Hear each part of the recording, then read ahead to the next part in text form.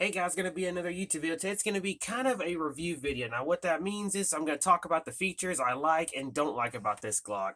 Since this was not given to me, this was part of a deal. That's why I'm going to talk about this. And first off, when I first got it, I love it. It looks almost just like the real Glock except for a few minor details. And sadly though, I did find some stuff that I did not like about it, which I think Umarex should address. And which then again, this is made in Taiwan, so you get what you get.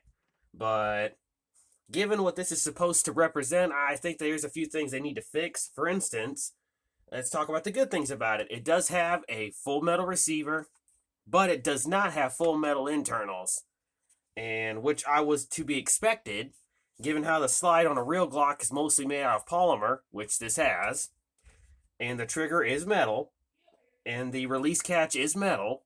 But a lot of the internal parts are plastic. I'm not a big fan of that because I know those are prone to breaking, even in airsoft guns. And another thing I've noticed immediately was when I put the magazine in, it is not a super tight fit.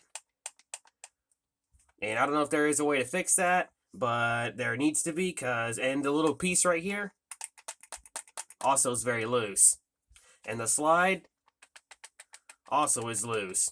On real Glocks, that is not the case. They're normally pretty a tight fit, which, then again, Glocks are meant to be really cheap firearms. It's hence why the police got them a bunch of them. It wasn't because they were high quality, it's because they were dirt cheap.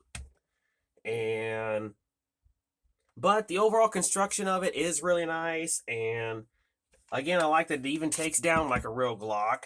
But let me go ahead and get this apart, and I'll show you guys what I'm talking about. Sorry, since I cut my nails. There we go. Okay, here's where we get into the cream of the crop right here. That's the inside of it right there. Now, I do like that they almost replicated the spring of a Glock relatively well, but a lot of the internals right here you can see are plastic or polymer, whatever they prefer to call it. I do not like that. I would prefer if all these parts were made out of metal, given what this is.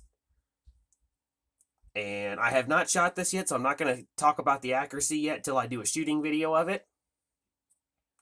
But given how, if I remember, this was about, I think, like an $80 pistol, it's pretty decent for what it is. And there is a few things I do wish they would fix. Like, for instance, like I just said, I would prefer if all these parts were made out of metal or some kind of alloy metal. And the inside of the actual frame actually has more metal in it than the receiver does. Does have the springs and everything in it that you would expect. But again, the lockup is just not there. And as far as putting the slide back on, it's relatively easy.